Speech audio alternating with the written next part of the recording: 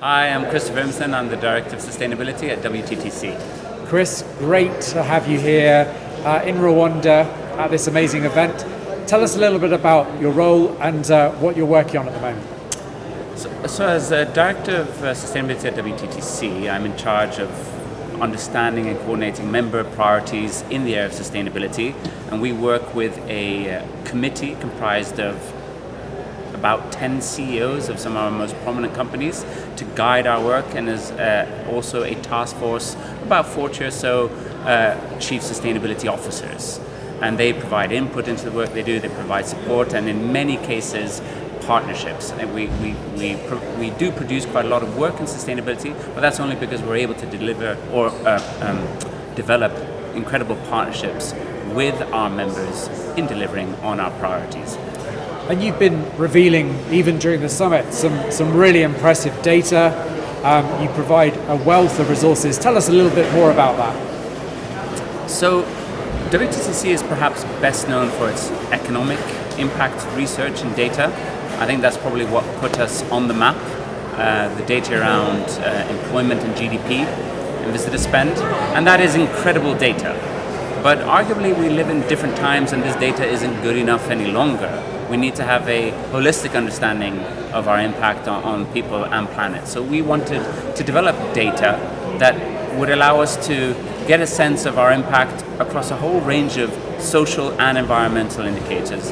Not only greenhouse gases, obviously everyone wants to know about greenhouse gases, but sustainability is much more than greenhouse gases. It includes water use, includes energy use, the composition of the energy that we're using. It includes pollutants, material extraction from woody biomass to non-mineral ores and so on. There's a whole bunch out there. And of course, in social issues, you have age, you have gender, you have wage. And so we were able to develop these indicators, and the way we went about it was to build on our economic impact reporting, which is underpinned by a tourism satellite account methodology. And so we expanded on this methodology, and essentially now what the data allows us to do is compare apples with apples when it comes to the dollars that we're talking about in our economic impact reporting and the dollars that we're talking about in our social and environmental reporting. So our data essentially tells you for every dollar that travel and tourism generates in the economy, what was its footprint? You know, how many kilos of greenhouse gases were emitted? How many meters cubed of water were consumed? What was the age and gender profile of the employment, that tourism employment, that drove that dollar growth that tourism generated? And so with this type of data, we're also able now to engage with governments and multilateral organizations. What we want to do, we're proud as the private sector to be, the representative body of the private sector to be bringing this data to the world. I believe it demonstrates very clearly our commitment to sustainability, our commitment to transparency, and we believe that this gives us a seat at the table as we seek to develop our sector in a sustainable fashion. I mean, it's a phenomenal kind of achievement, I have to say. Tell me a little bit about sort of some of the kind of initial insights that you're able to kind of get from that. So first of all, I'd say that a lot of the insights are rather intuitive, right? We could have guessed that transport is the largest contributor to greenhouse gases within our sector, because obviously our sector is comprised of various subsectors, and transport would be the main one. And the purchased electricity would be another one. But now we have the numbers to back it up, and we know exactly how much. And we know how much it is across 185 economies across the world as well. We know how much it is when we're talking about scope 1 or scope 2 or scope 3 emissions. So we have granularity of detail here, and we're able to analyze trends and find out what's going on. The other key finding is that our footprint is being decoupled from our growth. And that's what we want to see. We want to see ourselves produce less of an environmental impact for the growth that we're developing. And in fact, across 135 economies across the globe, they saw decreasing emissions intensity. That's fantastic.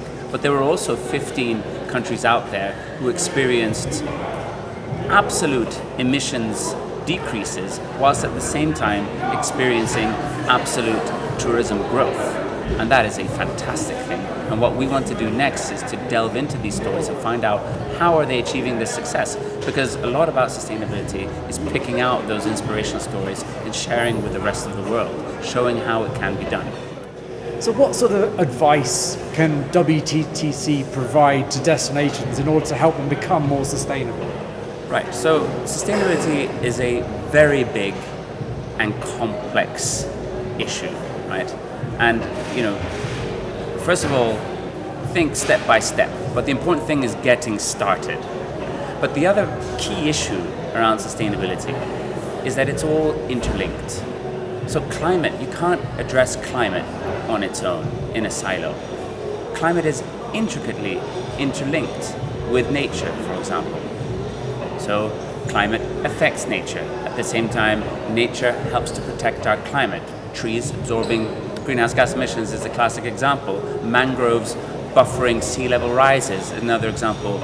If you treat nature, you're also addressing climate and the other way around. And it's really to think about all these interlinkages and making sure that your strategy then helps you get the most bang for your buck in the approaches that you take.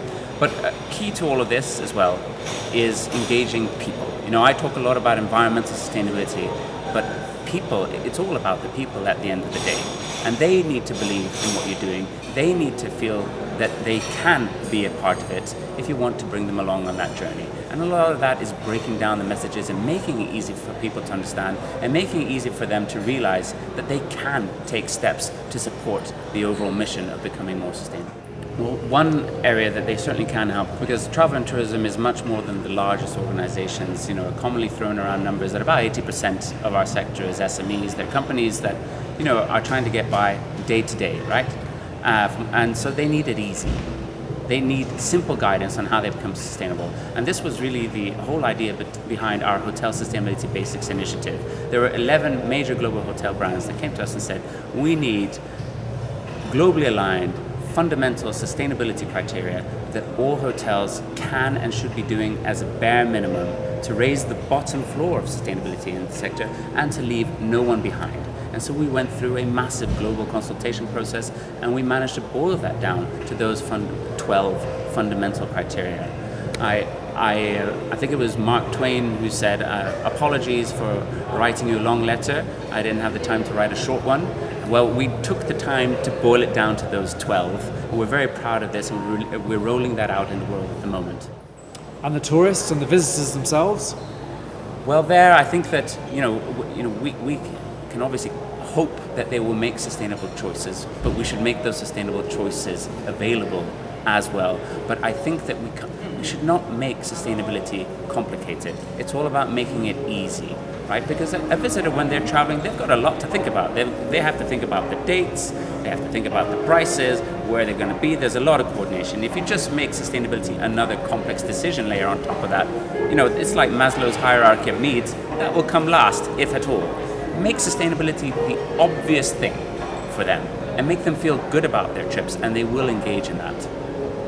And thinking about the next generation of talent and the next generation of leaders in the sector, what are the skills and what are the insights they need to bring to those jobs? The next generation of leaders are going to need to be much more aware of issues related to ESG, environmental and social and governance issues, right?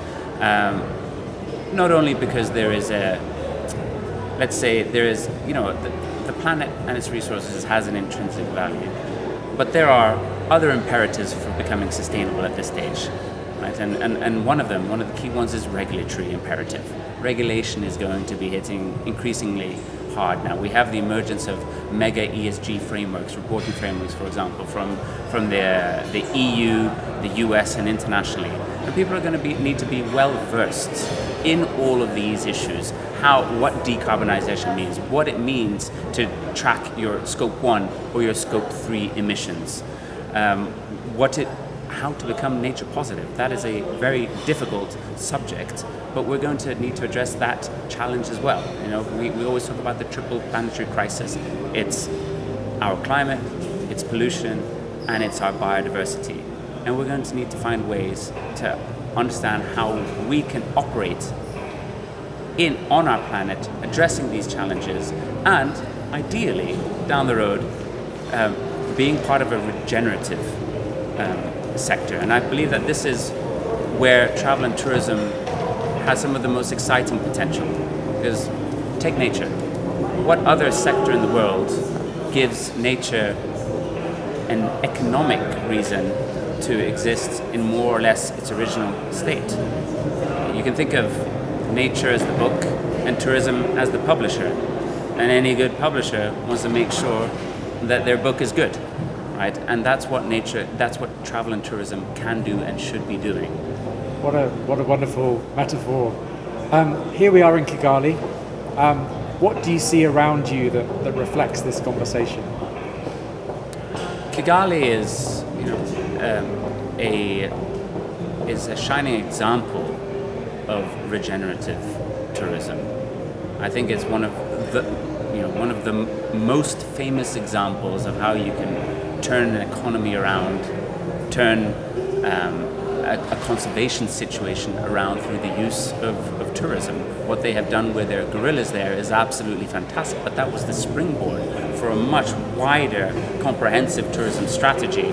Not only the reinvestment in the communities, which is a key part of it all, but then using this success to develop other iconic attractions from Nyungwe to Akagera, the community visits, and so on. So Rwanda is just full of inspiring examples that it's a textbook case that everyone should be learning, essentially. Chris, on that note, thank you so much for your time today.